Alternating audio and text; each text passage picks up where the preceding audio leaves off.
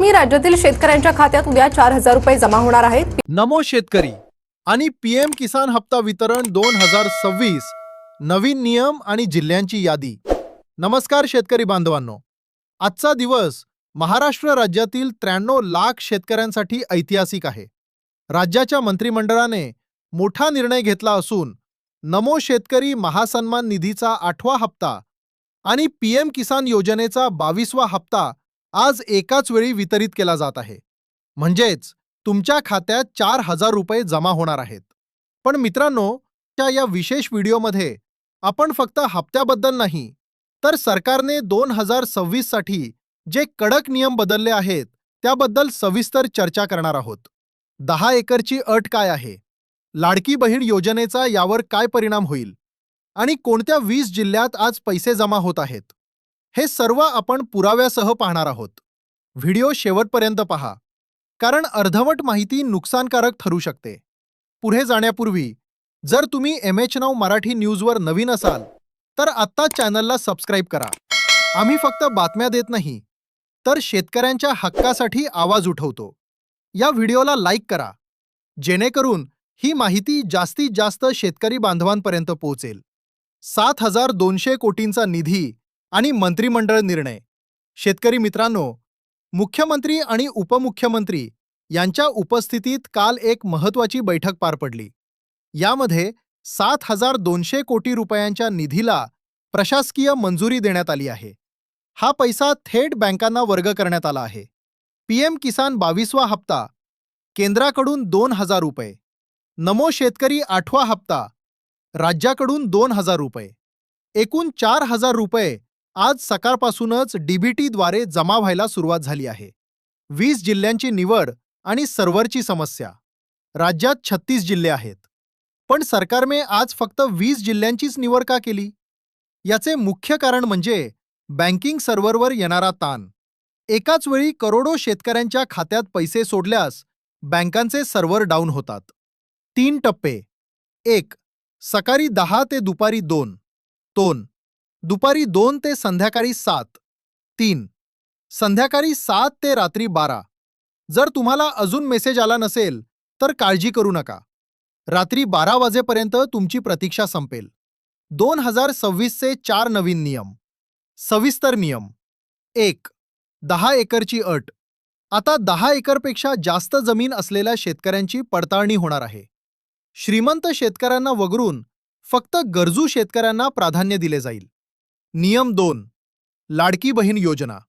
अर्थमंत्री यांनी संकेत दिले आहेत की एकाच कुटुंबात अनेक योजनांचे लाभ मिळत असतील तर भविष्यात मर्यादा येऊ शकतात। नमो शेतकरी आणि लाडकी बहीण यांपैकी एक निवडण्याची वेळ येऊ शकते। नियम 3. एक कुटुंब एक हप्ता। रेशन कार्डवर जर 4 नावे असतील आणि 4ही जण हप्ता घेत असतील तर आता फक्त एकालाच पैसे मिळतील। नियम 4. Farmer ID. ज्यांनी चुकीच्या पद्धतीने फार्मर आयडी बनवले आहेत त्यांचे हप्ते कायमचे बंद होणार आहेत। 20 जिल्ह्यांची नावे आणि यादी। आज कोणत्या जिल्ह्यात दिवाळी साजरी होणार आहे? नावे नीट ऐका। वाशिम, वर्धा, लातूर, रायगड, रत्नागिरी, यवतमाळ, भंडारा, बुलढाणा, बीड, पुणे, पालघर, परभणी, नाशिक, नागपूर, नांदेड, सोलापूर, कोल्हापूर, सांगली, सातारा आणि अमरावती या 20 जिल्ह्यांतील 155 तालुक्यांमध्ये आज मेसेज यायला सुरुवात झाली आहे। शेतकरी मित्रांनो, जर तुमचा जिल्हा आजच्या यादीत नसेल तर काळजी करू नका। पुढील आठवड्यात उरलेल्या 16 जिल्ह्यांमध्ये पैसे जमा होतील। तुम्हाला मेसेज आला आहे का? तुमची जमीन किती आहे? कमेंटमध्ये नक्की सांगा। गणपतरावांनी 2 वर्षापूर्वी फॉर्म भरला होता, पण त्यांनी अजून EKYC केलेले नाही। सरकारने आता अट घातली आहे की जोपर्यंत तुम्ही माणूस जिवंत आहे आणि तोच शेतकरी आहे याचा पुरावा म्हणजेच KYC देत नाही तोपर्यंत पैसे मिळणार नाहीत। उपाय: गणपतरावांनी आपल्या मोबाईलवर PM किसान पोर्टल उघडले, आधार नंबर टाकला, त्यांच्या मोबाईलवर एक कोड OTP आला, तो भरला आणि बस 2 मिनिटात त्यांचे काम झाले। आता त्यांचे पैसे कोणीच रोखू शकत नाही. आता दुसरी परिस्थिती पहा. गणपतरावांचे बँक ऑफ महाराष्ट्रमध्ये एक खाते आहे आणि स्टेट बँकमध्ये दुसरे खाते आहे.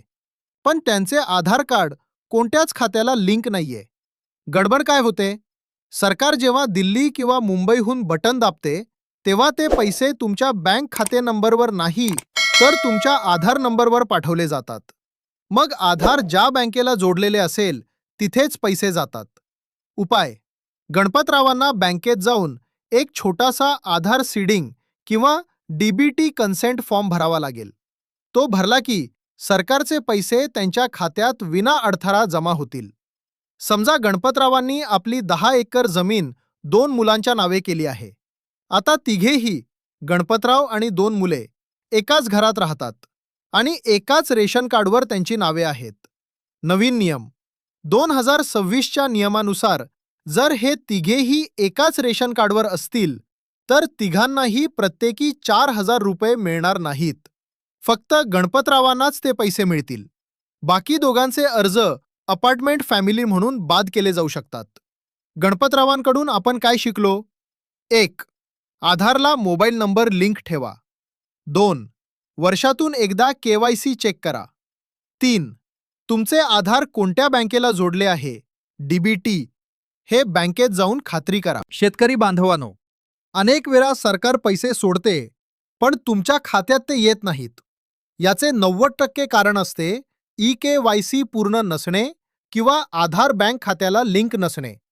2026च्या नवीन नियमानुसार ज्यांचे KYC अपूर्ण आहे, त्यांचा हप्ता कायमचा रोखला जाणार आहे.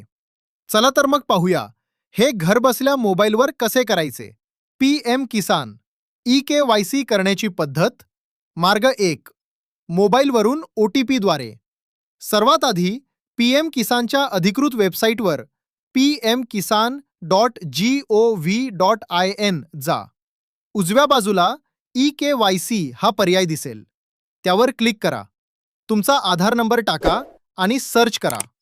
तुमच्या आधारला जो मोबाईल नंबर लिंक आहे, त्यावर एक OTP येईल.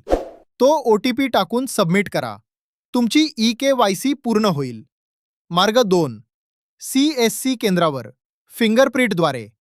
जर तुमच्या आधारला मोबाईल नंबर लिंक नसेल, तर जवळच्या आपले सरकार सेवा केंद्र किंवा CSC केंद्रावर जाऊन अंगठा लावून बायोमेट्रिक KYC करून घ्या. आधार बँक खात्याला लिंक आहे की नाही, चेक स्टेटस. नुसते आधार कार्ड असून चालत नाही, तर ते NPCI, national payments corporation of India ला मॅप असणे गरजेचे आहे. हे कसे चेक करायचे? आधारच्या अधिकृत वेबसाईटवर UIDAI जाऊन बँक सीडिंग स्टेटस चेक करा. जर तिथे ॲक्टिव्ह दिसत असेल, तरच तुमचे 4,000 रुपये जमा होतील. जर नसेल, तर तुम्हाला बँकेत जाऊन आधार सीडिंग फॉर्म भरून द्यावा लागेल. 4. सर्वात महत्त्वाची चूक टाळा. Direct benefit transfer DBT. शेतकरी मित्रांनो, इथे एक गोष्ट लक्षात घ्या. तुमच्याकडे एकापेक्षा जास्त बँकांमध्ये खाते असू शकते, पण पैसे त्याच खात्यात येतील ज्याला DBT, direct benefit transfer enable आहे. अनेक वेळा शेतकरी जुन्या बँकेत पैसे शोधतात आणि पैसे नवीन उघडलेल्या खात्यात जमा झालेले असतात. त्यामुळे तुमचे कोणते बँक खाते आधारला प्राधान्य, प्रायमरी म्हणून लिंक आहे, हे बँकेत जाऊन नक्की तपासा. तर बांधवांनो, आजच तुमचे स्टेटस चेक करा. जर तुमचे KYC झाले नसेल, तर या 20 जिल्ह्यांच्या यादीत असूनही तुम्हाला पैसे मिळणार नाहीत. जर तुम्हाला स्टेटस चेक करताना काही अडचण येत असेल, तर कमेंटमध्ये सांगा.